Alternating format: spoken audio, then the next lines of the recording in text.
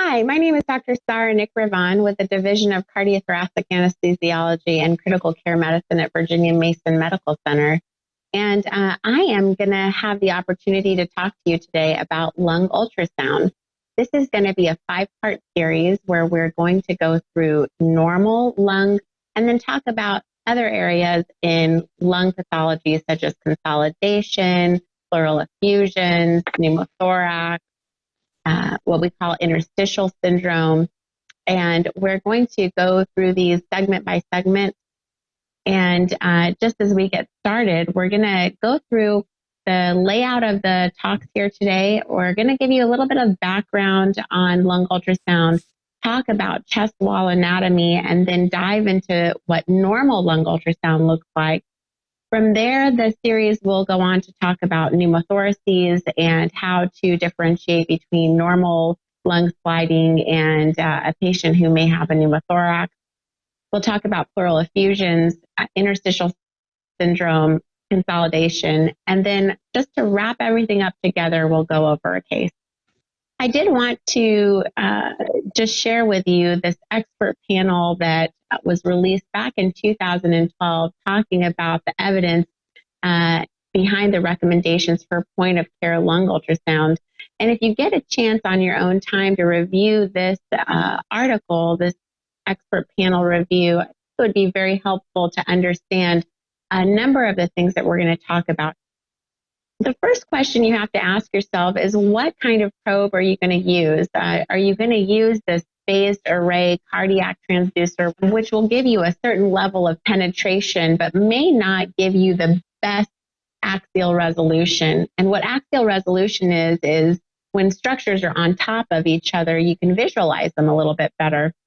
And that is imaging that is oftentimes most optimal with a linear or vascular probe that has a higher frequency signal, less penetration, but gives you very crisp images of structures that are on top of each other. The curvilinear abdominal transducer is one that is of the lowest frequency. It gives you the most penetration, oftentimes used for evaluation of organs such as the liver, the kidneys, and you can use, honestly, any of these probes to do lung ultrasound examinations.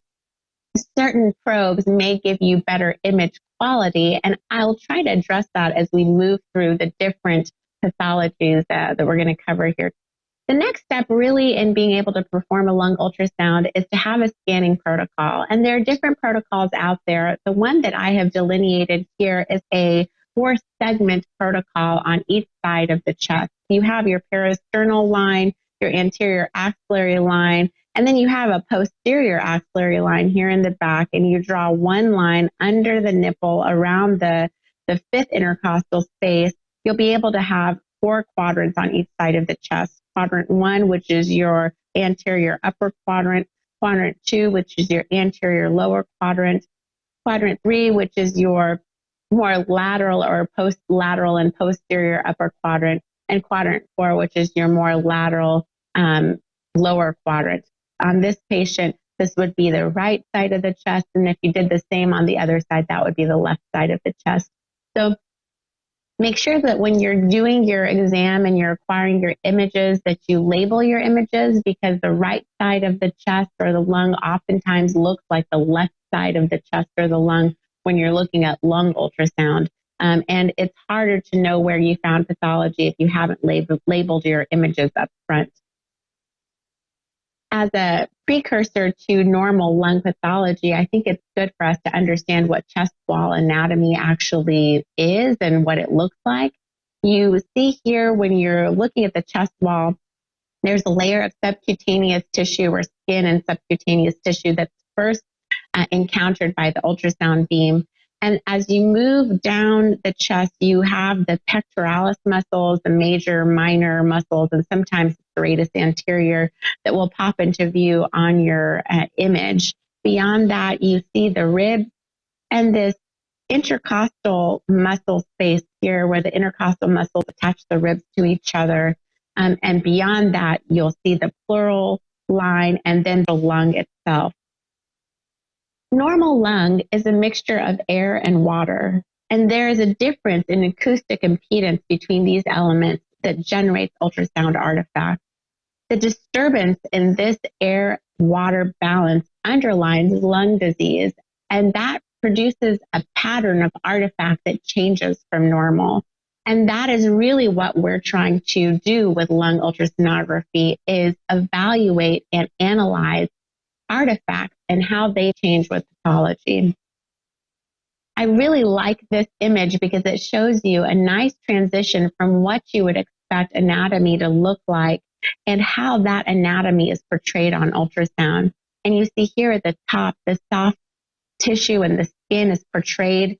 The pectoralis muscles underlie the soft skin and tissues. And then once you get to the ribs, you see this very dark, bony structure that doesn't allow for the transmission of ultrasound beam and produces the shadow artifact below it here.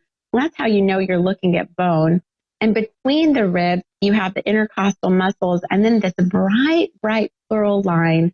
And this is one of the things that you're really focusing on in lung ultrasound because it will help generate artifacts that you're going to see later. Below the pleural line is the lung. When you're evaluating the pleural line, you'll see the pleural line as this delineation between the chest wall and the lungs. It's very hyperechoic or bright, and it's typically about 5 millimeters below the rib line. The pleural line will produce this artifact. It's a reverberation artifact moving down into the lungs that are called A lines. The pleural line is here at the top, and then you see the reverberations of the pleural lines demonstrated as A lines all the way down your ultrasound image. Now, normal lungs will have a pleural line that we'll see here, and you can actually evaluate the lung sliding or that pleural line sliding back and forth. You can evaluate that with your eye. As we're looking at it right now, you can see the lung sliding back and forth.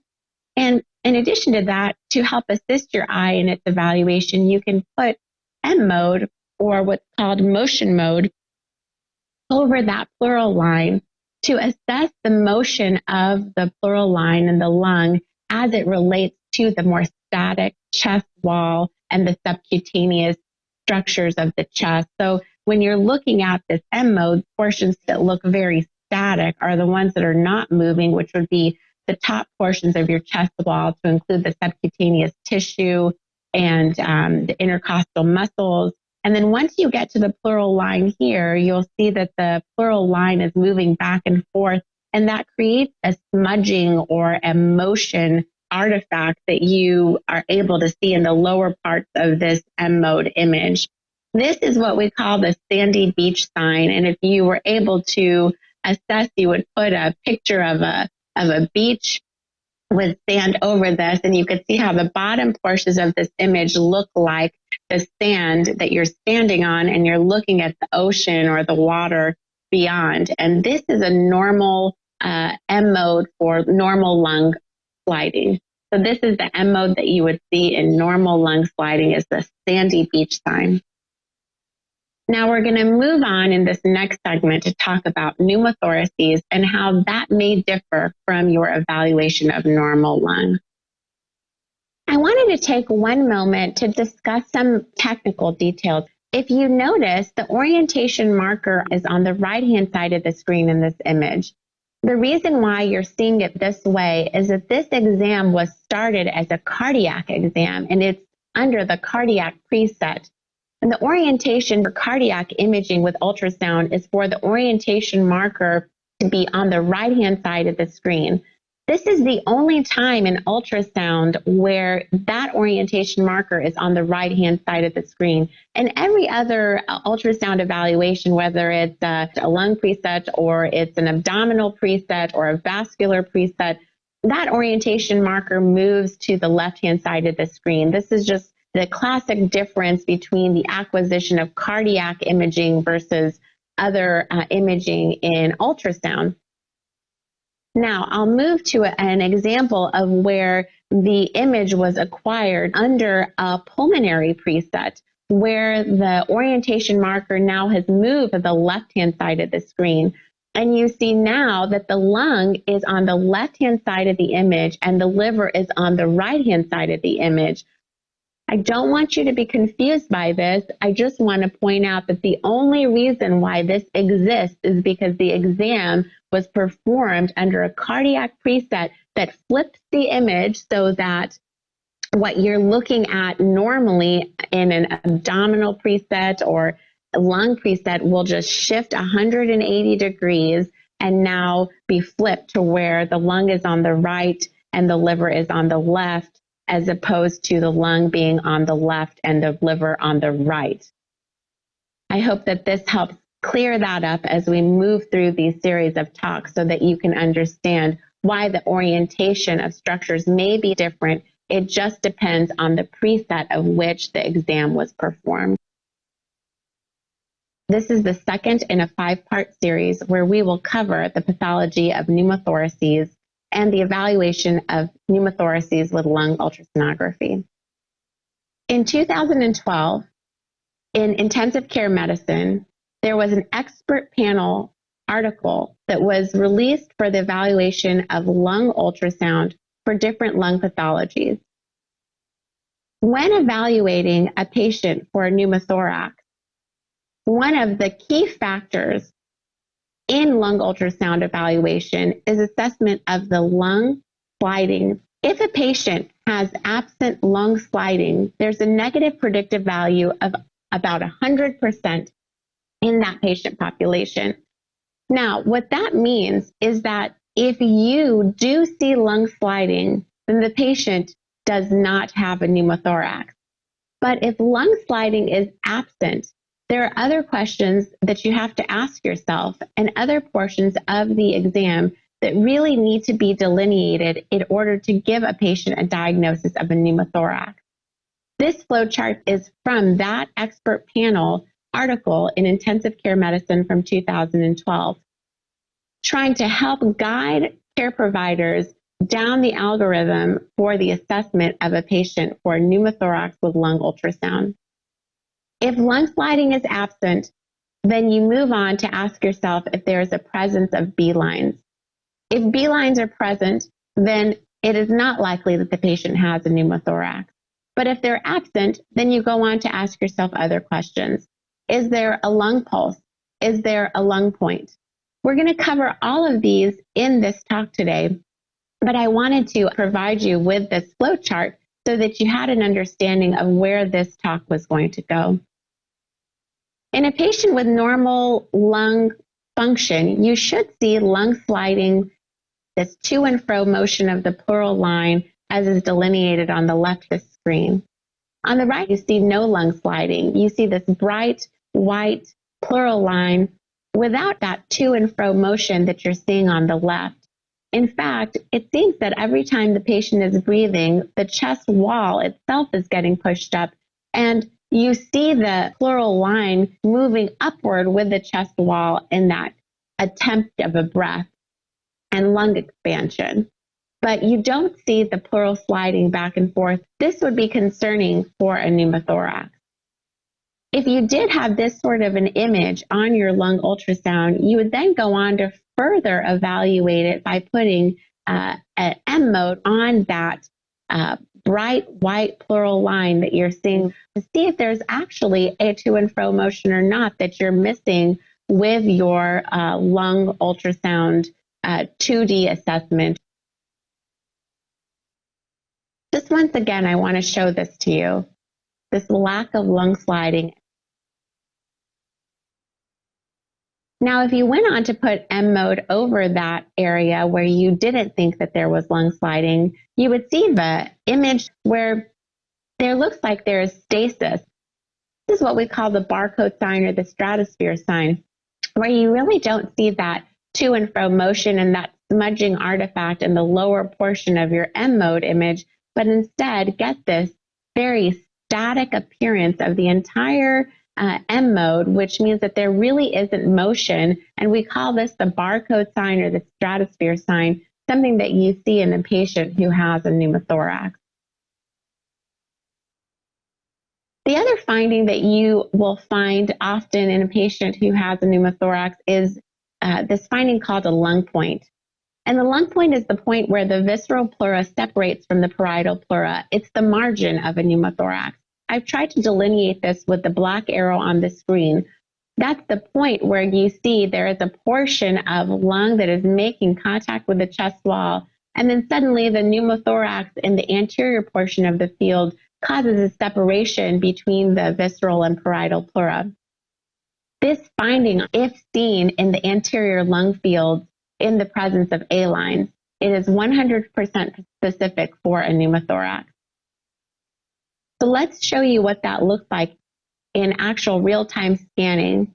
You see at the top portion of the screen here, there is this bright pleural line that comes in and slides back and forth, makes contact with the top of the screen and then slides away. There's this point of contact between the visceral and parietal pleura where you have this sliding and then it disappears. Then it comes back, disappears, comes back, and you can see that very clearly in these examples of a lung point.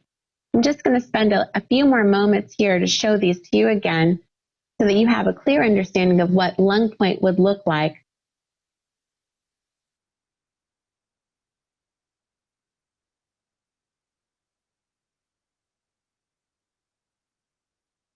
Here you see that bright line, and watch the arrow marker goes away and it comes back.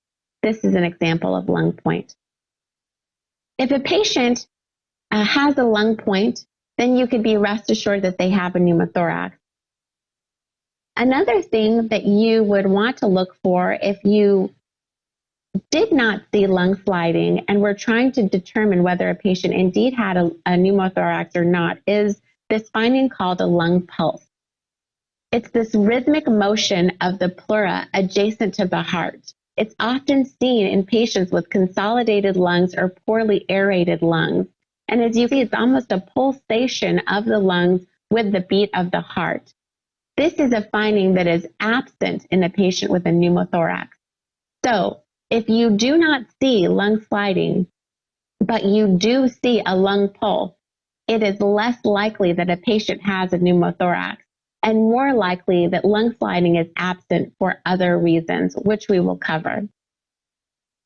There are a number of false positives when assessing for a pneumothorax. So what this means is that the evaluation of the lungs with lung sliding can be very helpful when trying to determine whether a patient has a pneumothorax or not. In that, if you see lung sliding, the patient does not have a pneumothorax. But if lung sliding is absent, there may be other pathologies that could be explaining this. Oftentimes, you will see an absence in lung sliding in patients who have ARDS. You'll see an absence in lung sliding with patients who have pneumonia or fibrotic lung disease. If a patient has had a pleurodesis in the past, of course, you would expect not to see lung sliding. If they have an acute asthma exacerbation where the lungs are very expanded and there's a poor ability to evacuate the lungs of air, then you could imagine that lung sliding would be hard to see, especially in the apices of a patient who has mechanical ventilation. It has high PEEPs or positive end expiratory pressures on the mechanical ventilation. Patient with ARDS, it would be much more difficult to see lung sliding. And in some cases, you really don't see good lung sliding in these patient populations. That would provide you for a false positive, which is why the absence of lung sliding is not where you stop on your evaluation for a pneumothorax. You then have to go on to ask yourself, does the patient have B lines? If they do have B lines, then they likely do not have a pneumothorax. Does the patient have a lung point? If they do have a lung point, then they likely do have a pneumothorax. If they do not have a lung point, then you ask yourself, is there a lung pulse? If there is a lung pulse, then they likely do not have a pneumothorax. If there is not a lung pulse, then they likely do have a pneumothorax.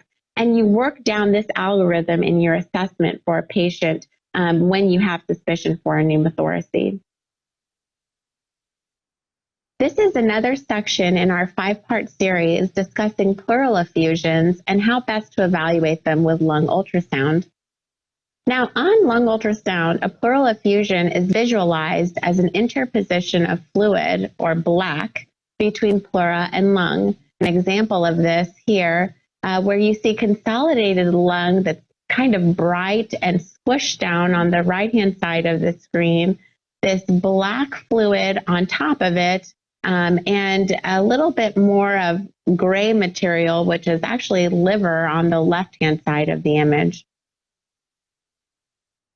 Here's just another example of consolidated lung on the left-hand side of the screen within a black body of fluid, which is a pleural effusion, and liver as delineated on the right-hand side of the screen with kidney below it.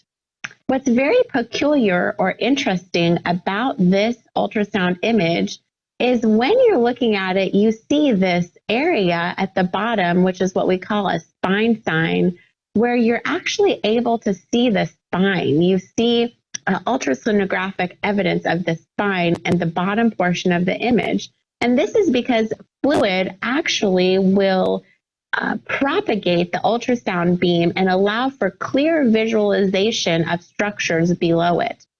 So oftentimes, if you're not sure if there's a pleural effusion, but you see the spine behind the lung, then you have an understanding that indeed there must be some sort of effusion that's propagating the ultrasound signal so that you can visualize a posterior structure such as the spine. Here's another example of this. A patient, we were scanning the lower portion of their lungs in quadrant 4. You see liver on the left-hand side of the screen, and then those bright areas and dropout from the bone that would be visualized when you're evaluating spine. That gave us an idea that there must be some sort of pleural effusion there that we weren't seeing very well, and we went on to further look for a pleural effusion that we knew must be within the chest cavity. Here's another example of a loculated right pleural effusion where you're seeing areas of pleural effusion that have been compartmentalized within septae and fibrous sorts of material. And this is oftentimes what you'll see in a patient with a complex pleural effusion that's been loculated. In this segment, we're going to be discussing interstitial syndrome. And I'm going to go on to explain exactly what this is and in what pathologies you may find interstitial syndrome. So there are different causes of interstitial syndrome: pulmonary edema, interstitial pneumonia or pneumonitis, diffuse parenchymal lung disease, such as patients with pulmonary fibrosis, or acute respiratory distress syndrome, or ARDS. And interstitial syndrome, when evaluated with lung ultrasound, is a syndrome that will allow for the visualization of artifacts. These artifacts predominantly are described as B-lines, and there are these comet tails or rockets that are laser-like vertical hyperechoic reverberation artifacts that start from the pleural line and extend all the way down to the bottom of your imaging, obliterating those A-lines that we talked about on normal lung visualization. They tend to move with the lung as it slides, and they really look like flashlights or lasers of light coming from the pleural line. Multiple B-lines, so greater than 2 per field in multiple fields, is known to be pathologic. And this is something that you find in patients with interstitial syndrome. So then the question becomes, well, how do you differentiate certain patterns of B-lines from others so as to delineate pulmonary edema from ARDS or lung consolidation, pneumonias?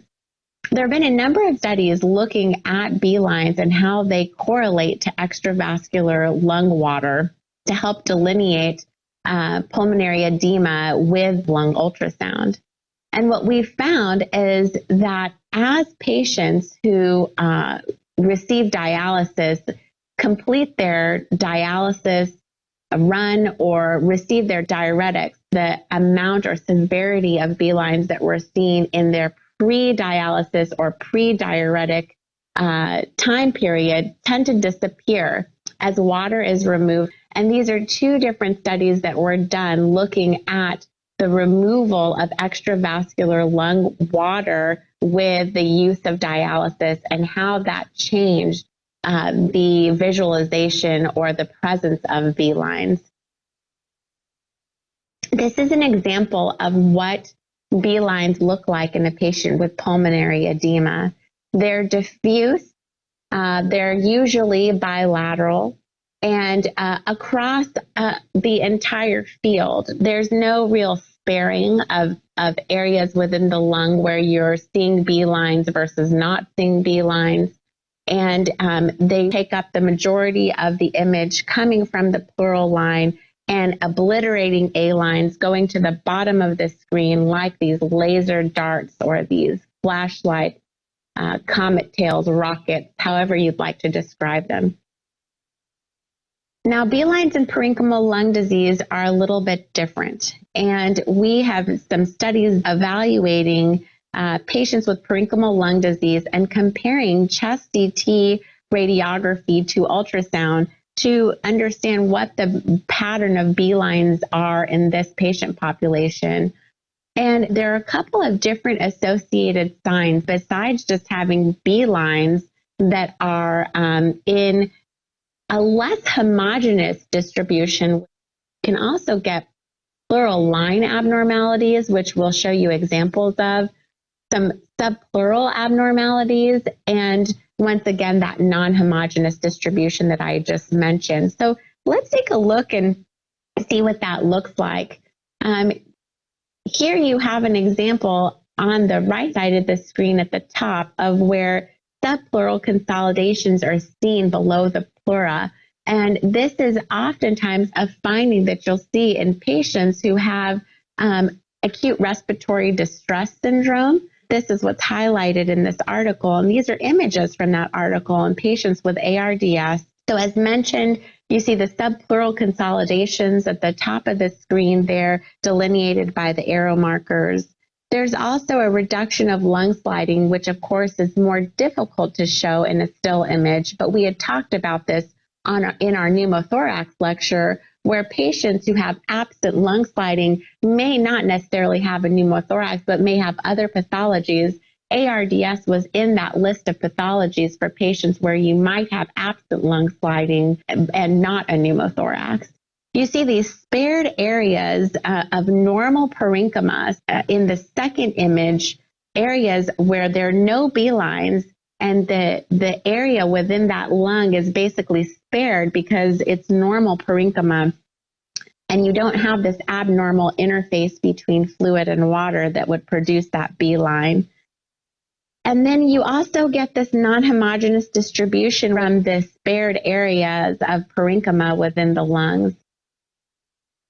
And these pleural line abnormalities, which are seen at the bottom on that last ultrasound image set, where you see the pleural line looks almost jagged or sawtoothed in a way. And you see how that looks in comparison with a normal pleural line depicted by the B image at the bottom.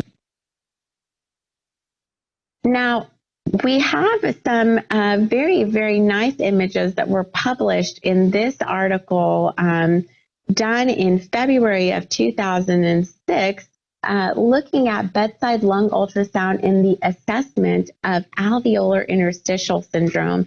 And this was a patient who had pulmonary edema, and you see the chest x-ray at the bottom of the screen and kind of how homogeneous these B lines look in each of the lung fields, like flashes of light that start from the pleural line, obliterate A lines, and go to the bottom of the screen, how there's more than two in each lung field. This is very classic of a patient with pulmonary edema. Compare that now to these images where you have CT scan findings of a patient with diffuse interstitial pneumonia and how that B line distribution is not homogeneous. There are areas of spared lung here, and you can see there are some subpleural consolidations and pleural line abnormalities. And now let's compare that once again to a patient with idiopathic pulmonary fibrosis, how the CT scan looks, and compare that with the ultrasound images where you see very clear subpleural consolidations and pleural line abnormalities with non-homogeneous distributions of B lines and areas of spared lung, and actually can even see areas of pulmonary consolidation here, which we have not yet covered, but we'll cover in another talk. And right now we're going to go ahead and talk about consolidation and the use of lung ultrasound for the evaluation of consolidations. Now, when you're looking at a lung with lung ultrasonography and are suspicious of a consolidation, it's helpful to look at the lung ultrasound and understand that a consolidation will look almost like the lung has developed a tissue-like quality. We call this lung hepatization, where it almost looks like the lung has turned into a solid organ, the way that a liver looks on ultrasound or a spleen, for example. You'll oftentimes see this finding called lung pulse, which we covered in the pneumothorax lecture, and air bronchograms on consolidation, just like you would on a chest x-ray or in a CT of the chest. You see this non-homogeneous distribution of B lines, and it clues you into the fact that there may be consolidation within the lungs. Now, there are different pathologies that can have consolidation. Some of them more commonly understood are pneumonias or any sort of mass, such as a lung cancer. Atelectasis can also look like consolidation. Infarcted lung can look like consolidation. And we oftentimes see lots of areas of consolidation in patients with ARDS, or if a patient who's had a trauma with lung contusions. So let's look now at a lung ultrasound image to see exactly what consolidation might look like. Now, I will just give a little background here. This patient was in the prone position with ARDS. And you see the orientation marker on the screen is on the left-hand side of the screen because a curvilinear probe was used to acquire this image. And this image was in a lung ultrasound preset. And you can see here the tissue, the subcutaneous tissue of the chest wall at the top of the image, and then this black fluid or pleural effusion encasing or surrounding this consolidated lung. Within the consolidated lung, you see this starry sky appearance, which are these static air bronchograms that look very bright, almost like stars within the sky, very classic for consolidation. I will also point out, if you look very carefully at this image, you will see a dynamic air bronchogram, which is a finding that you oftentimes will find in patients who have consolidation secondary to infection or pneumonia. And this patient had both things. She had developed ARDS from a very bad pneumonia. Just want to give you a second longer to look at this image. Now, here is another example of a patient with a right lower lobe consolidation. You see liver on the right-hand side of the screen with the consolidated lung on the left. You see this very tissue-like quality to the lung, what we call hepatization, almost so much so that it becomes hard to delineate the way that the lung appears from the liver. If you look even more carefully at this image, you'll see another active or dynamic air bronchogram within the lung here. And I'm just going to have you watch this for a second to see it. You see that motion within the air bronchogram, very classic of a patient with an infection or a pneumonia, and that being the cause of the consolidation that is seen. So in conclusion today, I would really like to wrap up all of the things that we have discussed in this 5-part series. Once again, I wanted to show you this article that was published in 2012 by a panel of experts giving recommendations for point of care lung ultrasound, how to perform the exam, and what to use lung ultrasound with in as far as pathology and the diagnosis of pathology for your clinical assessment of patients. You have to have a standardized protocol for performing the exam and acquiring images. That means knowing exactly how many areas within the chest to look in on each side of the chest. We have in this series described a 8-segment evaluation of the chest, 4 segments on each side, anterior segments and lateral segments on both the right and the left side. You have to know how to acquire your images, what ultrasound probes to use potentially for the acquisition of different images and the assessment of different pathologies, and how exactly to label your images so that when you go back to review your images, you know where the pathology was seen. There is a very steep learning curve when it goes to performing lung ultrasound and how to interpret it. You'll be able to do this very quickly the more exams that you perform at the bedside. I do want to point out to you that lung ultrasonography is very sensitive and specific for the diagnosis of pleural effusions. For pneumothoraxes, it is very, very sensitive, but not as specific. And what this means is that if you see lung sliding, the patient does not have a pneumothorax. But if no lung sliding is seen, you cannot rule out a pneumothorax without working down the algorithm that we have discussed in the pneumothorax talk, making this a very sensitive test, but not a very specific test for the evaluation of pneumothorax.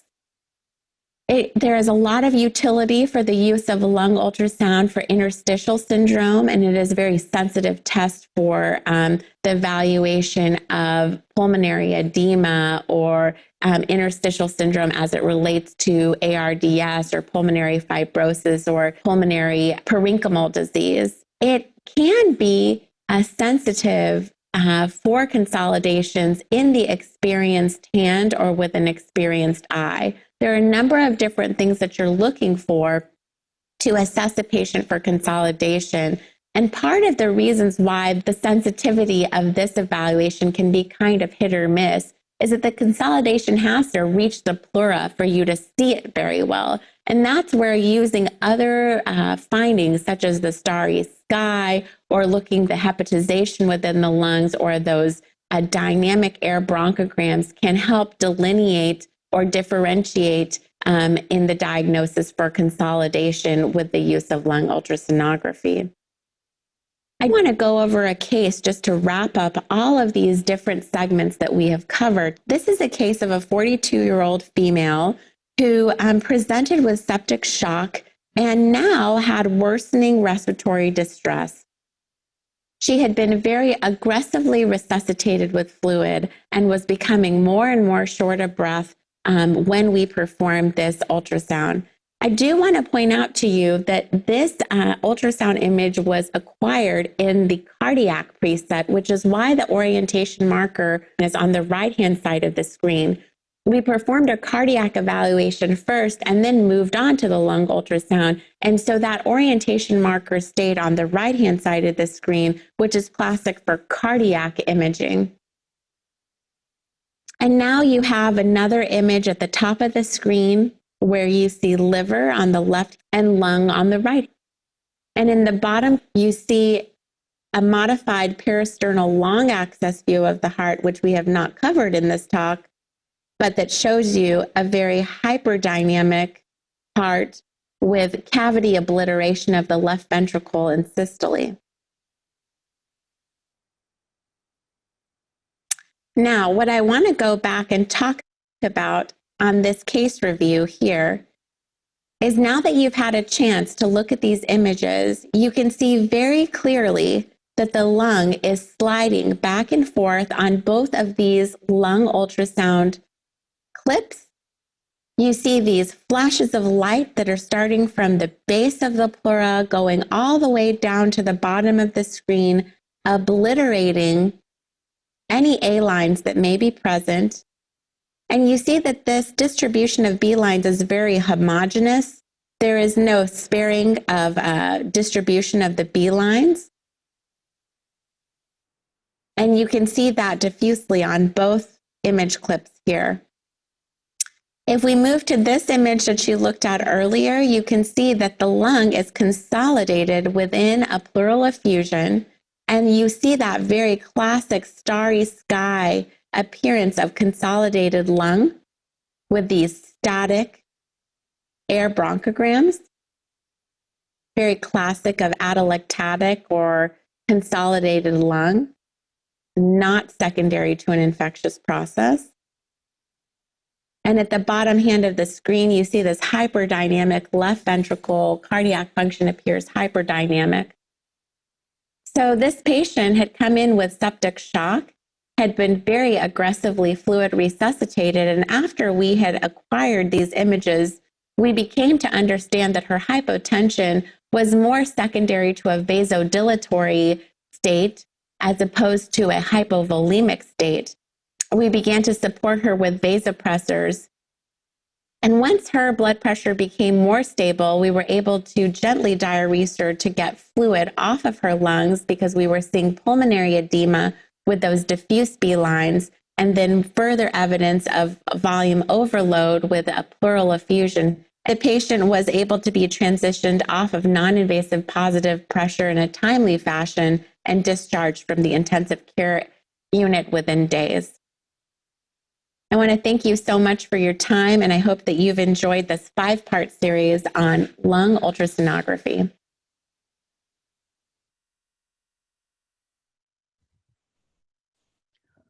All right. Well, what a wonderful lecture from Dr. Nikravan on how to perform and interpret lung ultrasound as an introduction to this topic.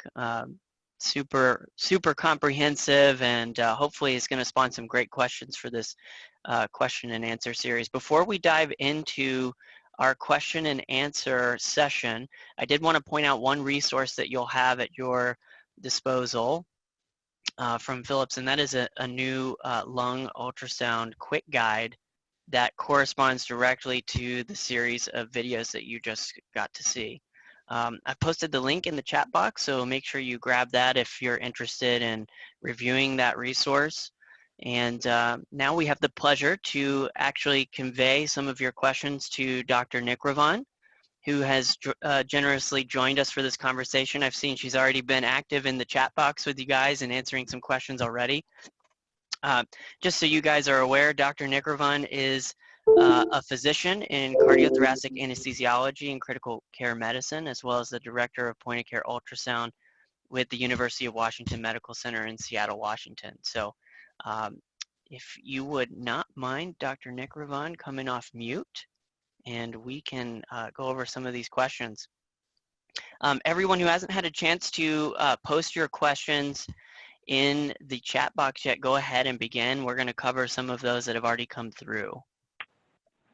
Dr. Nikravan, are you able to talk with us here? Hi, can you hear me? Yes, we can. That's okay, great. Great. Wonderful. Thank you guys. Thanks everyone for joining in on the lecture series. I hope that you found it helpful and that it helps you in the care of your patients. I'm sure that is the case. We've already seen some people saying that in the chat box. That's great. So a few of the questions that came across, I think a lot of them are pretty relevant. Let's see here. Is this consolidation description, as you were going over consolidations, true for COVID-19 pneumonia? Do you mind commenting on any experience you have with that? Yeah, you know, as you all probably already know from all that you've read and seen of COVID, the consolidations typically start very peripherally, which is one of the reasons why evaluating them with lung ultrasound can be so useful and helpful, as consolidations are making contact with the visceral and parietal pleura and the chest wall, they're more easily visualized with lung ultrasound. And I don't know if, typically when you start seeing signs of lung involvement, particularly with COVID, what we have seen is initiation of thickening of the pleural line. The pleural line starts to become a bit unregular and not as crisp as you saw in the normal lung images here. And in addition, you start to see these B lines, these pathologic B lines within your field of vision. And when we say a field, what we're referring to is the space between two ribs. So that's one of the reasons why we like to keep the probe with the orientation marker kind of initially pointed to the head so we can really delineate what the field is. And then if you want to turn it kind of more horizontally, you can, to optimize the amount of lung you're seeing within that field. So you'll start seeing pleural thickening, some extra B lines, as I had mentioned, and oftentimes those B lines are spared. They're not homogeneous the way that you would have seen it in pulmonary edema or someone who had extra lung volume or lung water. You'll see them in patches with these hypoechoic areas that are just abutting the pleural line that are spared of B lines. And initially, that's the way the consolidations begin to appear. We're seeing them as more hypoechoic. And as the disease process gets worse, these patients have very, very thick secretions.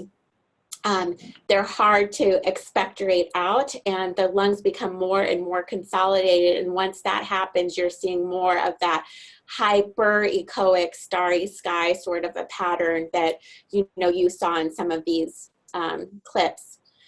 Somebody on the chat list asked, can you differentiate consolidation from atelectasis? I saw that question. Yeah. I didn't answer it because it's a complicated answer to text, so I'm going to answer it now. So it can be challenging to differentiate the two because atelectasis in and of itself is consolidation. But if you are able to see dynamic air bronchograms within what appears to be some consolidated mass on lung ultrasound, that's a lot more suggestive of an infectious phenomenon or consolidation than atelectasis.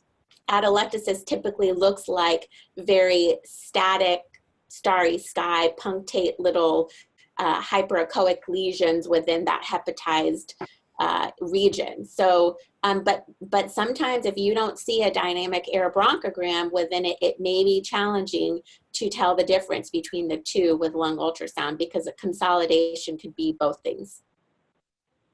Great, thank you. One of the other questions we had, and I think this is pertinent to a lot of folks who are on this, what is the learning curve that you have experienced with teaching point-of-care lung ultrasound? I would say, I don't know how many echocardiographers are on this chat. I'm assuming because there are a number of sonographers here, there are a lot of you. Yay for echo. But it's much easier than echocardiography. And there was actually a very recent publication this year, a couple months ago, showing that novice learners could do about 25 lung ultrasound scans and be competent enough to call the very basic things that we are, showing here, whether there was lung sliding or not, whether there was a pleural effusion, whether there was a notable consolidation. And of course, consolidations are the hardest of all of these things, whether there was interstitial syndrome. So the learning curve is steep, and you pick up the probe, you can acquire images very easily, and don't have to do really as many echocardiographic exams, in comparison to lung exams to become more competent at it. So I would not be at all deterred from taking a look and seeing what you see. Great, thank you. Another one kind of off that is there a point when lung ultrasound is preferred over other modalities, performed in conjunction with CT and X-ray? So, you know, CT is really the gold standard in general for most things. I will say that lung ultrasound is much more sensitive for pleural effusions and for assessing the severity of pleural effusions than chest X-ray imaging. It's also more specific for pneumothoraces, or at least ruling them out, than a chest X-ray. In this area of this time period that we are in with COVID and not wanting to transport our patients because of the infectious risk that it is causing, there is real utility for lung ultrasound. Will you be able to designate distinctly what kind of consolidation you have all the time, or exactly where it is in the chest compared to a CT scan? That is much harder to do. There was a recent publication, actually, I have it kind of pulled up here, in Critical Care Medicine, the Journal of Critical Care Medicine, and it was just published. What month is this? In February of this year, looking at being able to do a certain scanning protocol and localize consolidation based on lobes of the lungs, and they had pretty good results. You know, doing that, about 87% sensitivity and specificity of doing this.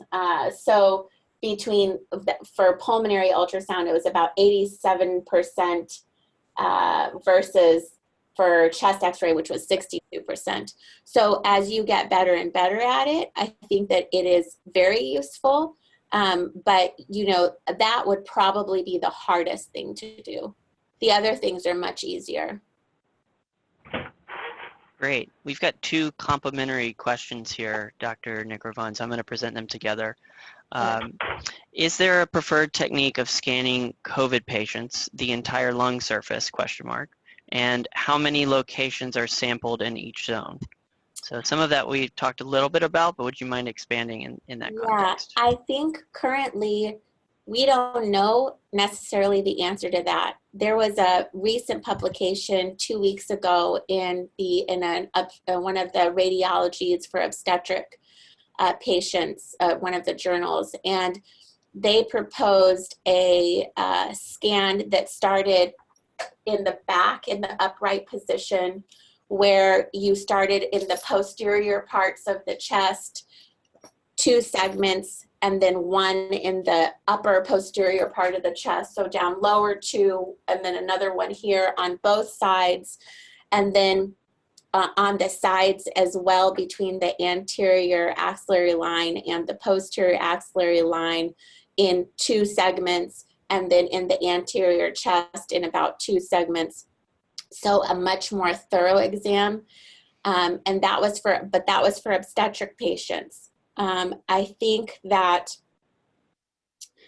the challenge for the real utility for using lung ultrasound in COVID patients, I think, is for triaging them. And so if you're trying to find pathology, you have to be a little bit more exhaustive with the location and the amount of scanning points. I think if you followed kind of more of a 9-point lung ultrasound exam, where you were able to look kind of and I'm going to lift my arm here, but in the kind of between the posterior and anterior axillary lines, if you were able to look in 2 points here, 1 point here, if you were able to look here and then lower in each 1 point on the chest, that would probably be a bit better than just a 4-point exam on each side, but we don't know the answer. Some people say just do a snake and look from one to the next and down all the way along the chest. The point is you want to look more exhaustively in the chest, because you're trying to see whether that pleural thickening and those B lines are present in symptomatic patients or not, or if you're seeing consolidations versus not. Volpicelli's group recently is looking into and recently put out kind of a communication that they're using lung ultrasound in Italy to help triage their patients. So if a patient comes in, for example, with signs or symptoms that would be concerning for COVID, and they're getting a test, and as you know, currently the tests are taking some time to return, 2 days, sometimes 3 days. If they found lung findings in a symptomatic patient, then they're quarantining those patients in an observatory area within their hospital or their emergency department until the results return. If they are not finding any sort of lung findings in the patients, but the patients are symptomatic, then they feel a little bit more comfortable to let the patients go home into home quarantine as opposed to keeping them in the hospital. So there's not data about that. We don't have any data, but I'm just presenting you with some anecdotal information that people across the globe are sharing. Thank you. One question about consolidations particularly. Do you find it's better to scan a consolidation with a deeper probe like a cardiac one? So linear, curvilinear, or phase? What's your approach for consolidations? You know, I have to say that the more and more and more I do lung ultrasound, the more I've decided that the curvilinear probe is probably my go-to probe, and that's the big one with the big kind of base, the one that you use for abdominal imaging, because it gives you very good resolution of deeper structures. It has good penetration. It helps you see a little bit deeper into the chest so that you can see really how extensive the B lines are, how far they go down. Make sure they're actually B lines and not Z lines, which are ones that just kind of go midfield.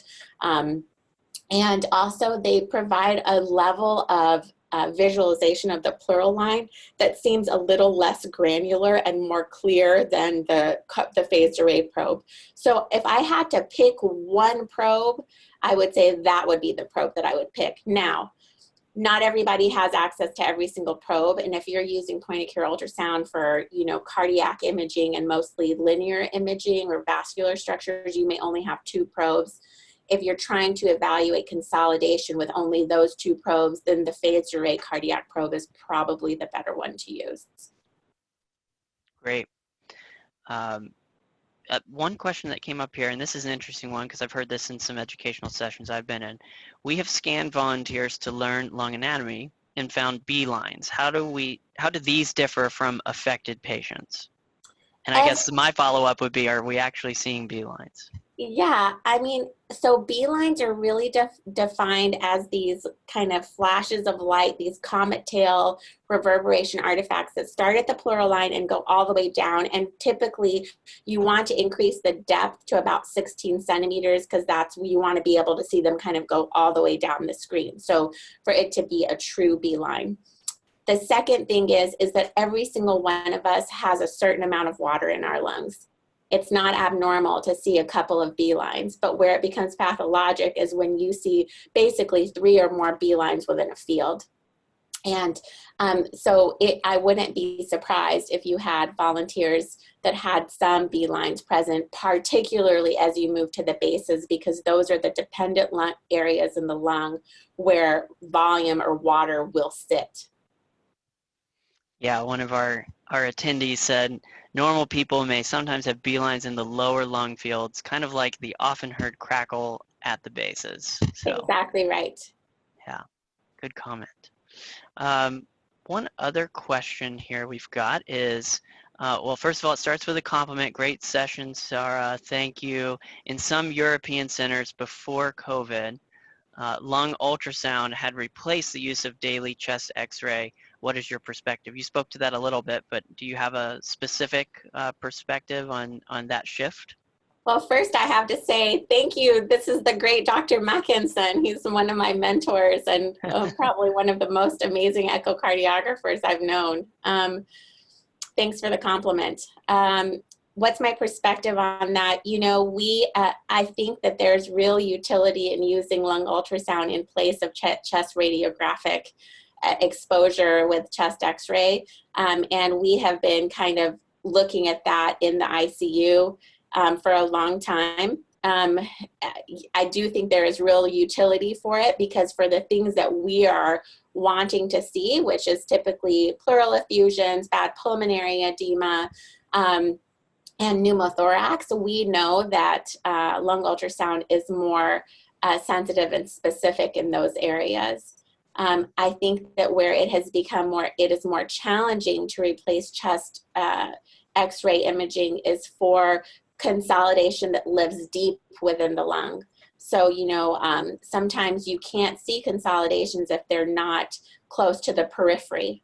And so that's why lung ultrasound is beautiful for patients with ARDS or lung pneumonias like COVID, for example, that peripherally affect the lungs first, and can be more challenging for centralized consolidation imaging.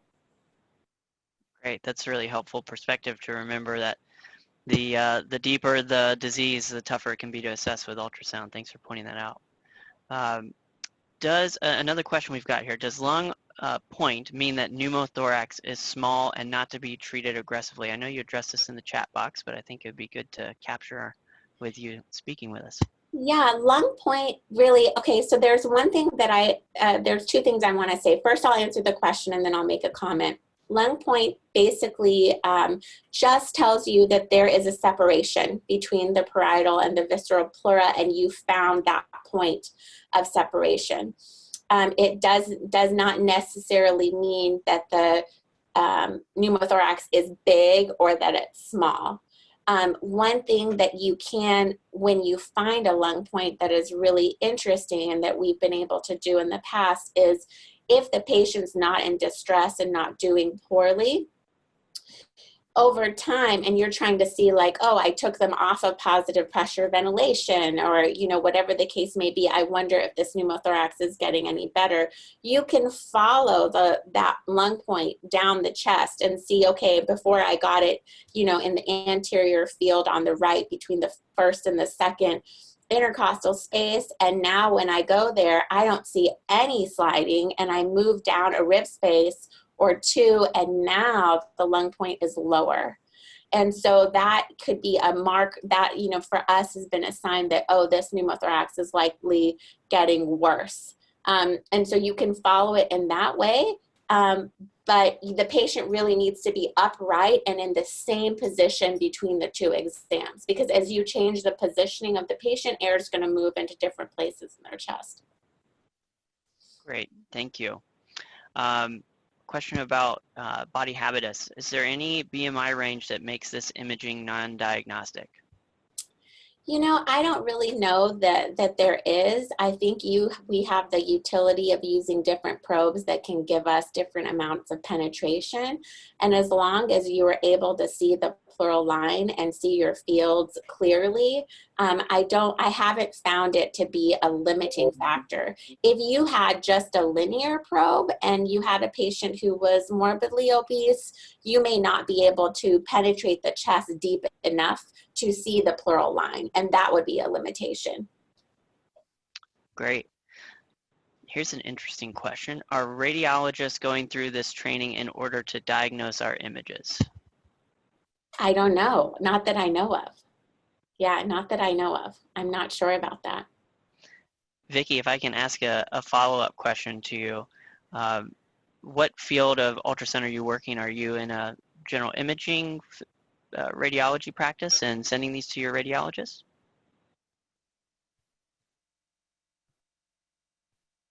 We'll give her a second to reply. All right. We are getting a lot of good lecture comments here, and we're actually going to go ahead and start wrapping up. Hospitalist program, radiologists dictate general ultrasound. Interesting. So we've got a sonographer who's wanting to learn this, and if performing them is going to have a radiologist interpreting. So very interesting. That'll be something fun to watch as radiologists begin to interpret these exams as well, if they're not already in your facility. All right. So additional resources here. I want to cover a few things before we wrap up. First of all, again, thank you, Dr. Nikravan, for taking the time to answer all these questions.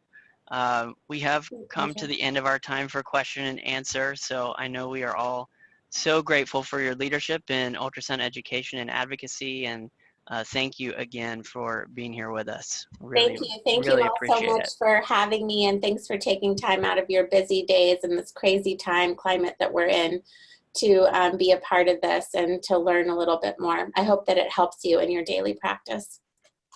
Thank you. I'm sure that it will. I do want to close again with a few additional resources that we have available. I'm going to post these things into the chat box here in just a moment so you can copy and paste them easily. But we do, again, have that lung ultrasound quick guide that I brought up earlier that correlates with the lecture sessions that Dr. Nikravan gave earlier. We also have a large library of what we call FOMED, or free open access medical education point-of-care ultrasound resources in the form of tutorials, lectures, quick guides, and case studies. And those are available at the link that you can see on this slide. And again, I'll post in the chat box here in just a moment, as well as a number of additional point-of-care ultrasound educational opportunities. We've got numerous virtual options for delivering training to you to ensure that your education needs are being met, even with many of the travel restrictions that we're all facing right now. So you can learn more about all these offerings by visiting our website linked below and on this slide, or contacting your local Philips ultrasound clinical service specialist or account manager. So should you need contact information, again, it can be found on this slide or in the chat box, and I'll go ahead and copy that all in right now. Additionally, this webinar has been recorded, and if you wish to access the recording, we'll be making that available in the near future. Please just reach out to any of the above resources that are now in the chat box for you guys, and we will make sure that they can guide you to any of these resources that you're interested in, including the recording of this webinar, which will be available shortly. So thank you all again for taking part in this educational opportunity, and I wish you health and safety along with the rest of Philips and Dr. Nikravan. So thank you so much, and please take advantage of those resources in the chat box. Thank you. Thank you. Stay safe.